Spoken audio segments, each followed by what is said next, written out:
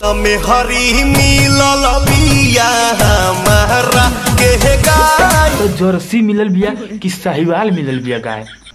मैं नहीं बताऊंगा। देखो कौन बिया, अगर पतला दूध देत हुई तब तो जर्सी बिया, अगर गाढ़ा दूध दे तो समझ लो कि हाइब्रिड साहिवाल बिया। चला जा भोसड़ी के तो पार्टी शुरू हुई है। तब भाई लोग पवन सिंह का अपन पर्सनल ओपिनियन बा कि इनकर मेहरारू गाय में मिलल बिया, लेकिन यही गाना से इंस्पायर होके हमारे वो संगी भेटा गल तो ऊ कहता अब यह भजनिया गावे शुरू कैलन भंवर सिंह हो बाबू कि मेहरी मिलल बिया हम राके भैंस ये दादा। गीत बड़ी प्यारी बा, लेकिन बकेना बिया ओकर भैंसिया, अब ऊ साला का करी।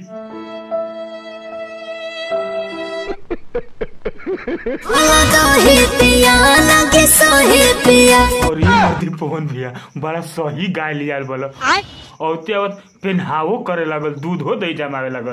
कह दियो करा के न कि तनी 1 किलो घीवो जमा ले ही, बाद में काम दही रोटी में चबहोर के खाए खातिर। भाई हमने को भोजपुरी इंडस्ट्री में न कुछो गवा जाई, ट्रेंड में हो जाई, बस ट्रेंडिंग स्टार गावे के चाहिए, चाहे पवन सिंह गा दो चाहे खेसारी लिया दो गा दो। भाई वीडियो खाली हंसी मजाक के पर्पज से बनाल बा, ठीक है? खीरे बाहो पनीरे बाहो कौन क्वालिटी का गाय लिया दहल, 3 मिनट में होते आवत पेन्हावो कर दहलस, दहियो जमा के खिया दहलस आ पनीरो फाड़ दहलस। यार को लीटर दूध देती है वो? 2.5 लीटर नहीं अब मत मोटैया भैया, हो सके तो 1 लीटर दूध बल्टा पर बांध दो, 1 लीटर दूध बल्टा पर दे दे। अगर गैया तार ढेर दूध देती है तो बतासा चाचा का रिकॉर्ड तू मत तोड़ियो। भोजपुरी इंडस्ट्री में बतासे चाचा में मोटाई ठीक लगेला, तो छोड़ेंगे नहीं। देखो सर भैया भाई ये सदुआ था कि और मोटाई, अरे मर्दे भैया तू खुदे मोटा गोबाल तनी सा और पतला होखो, बतासा चाचा के लानत देवे की पड़ जाएगी।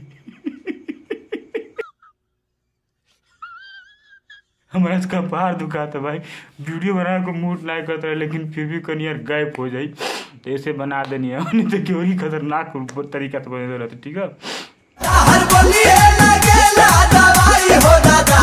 रस वाला जितना ठहरा तो उनका बीमार हो जाता ना बाबा, दवाई के हॉस्पिटल में मत जे हस। जब बोलिए गैया का लागत तो उनके दवाई नहीं हर तो उनको बोलिए सुन के आ ठीक हो जाए हसन। का भाई लोग बात सही है कि नहीं? बात तो सही है। अपने हाथे पियो बना के चाय भैया, ये मर्दे कहीं का तब गाय ले लगे का फायदा जब अपने हाथ से चाय बना के पिए के पड़ी। लेकिन भाई कुछ कह जा, पवन भैया का गाय बड़ा VIP भैया, 3 मिनट में पेन्हाव कर देती है, 3 मिनट में लगी हो जाती है, 3 मिनट में दहियो जमा देती है, 3 मिनट में खीरो पनीर फाड़ देती है, कुल कर देती है।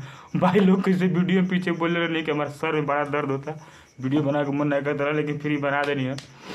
तो बाकी आज का वीडियो इतने रही, बंद करता नहीं, सर सच में बहुत तेज दर्द होता है भाई। मेरे को वो नेक्स्ट वीडियो तक के बाय।